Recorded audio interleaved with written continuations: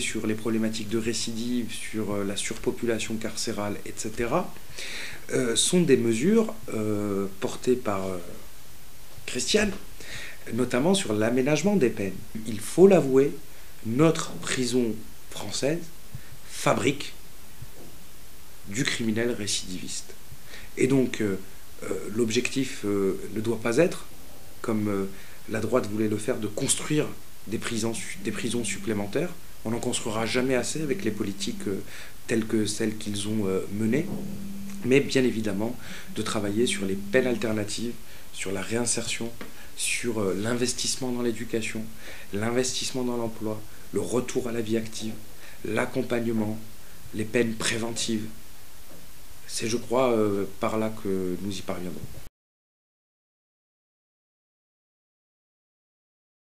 Ce sont des dizaines de millions d'euros qui n'étaient pas financés.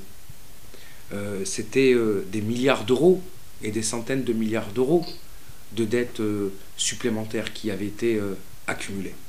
Et je ne pense pas que François Hollande ait reculé, mais il y a peut-être eu une crainte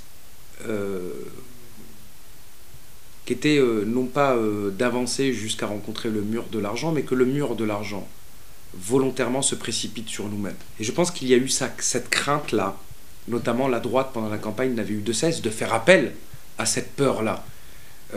Suscitons d'ailleurs peut-être quelques motivations ou quelques candidatures à l'attaque contre la France, comme s'ils préféraient la finance à leur propre pays.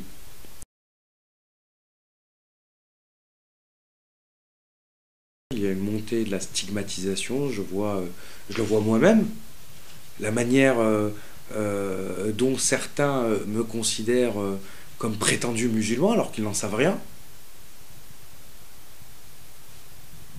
Et lorsque je lis ce que je peux lire sur Internet me concernant, c'est... alors avec les années, j'ai su encaisser, mais quand même, quelquefois, je reste devant mon écran d'ordinateur et je me dis quand même.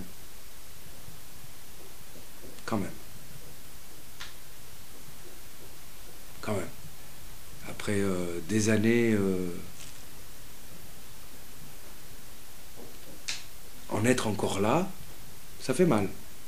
Mais on ne leur fera pas le plaisir de leur montrer que ça peut faire mal.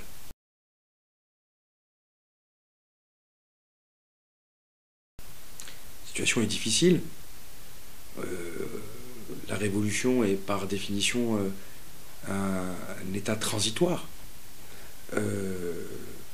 On ne fait pas tomber une dictature si présente, si féroce, en retrouvant le champ d'une démocratie dotée d'une constitution par la simple volonté et l'espace d'un clignement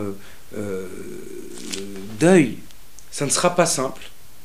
Il va falloir beaucoup de discussions, mais comme disait l'autre, de la discussion jaillit la lumière. Et c'est dans cette lumière que se trouve, je crois, l'établissement de la première grande démocratie arabe que sera, je l'espère, la Tunisie.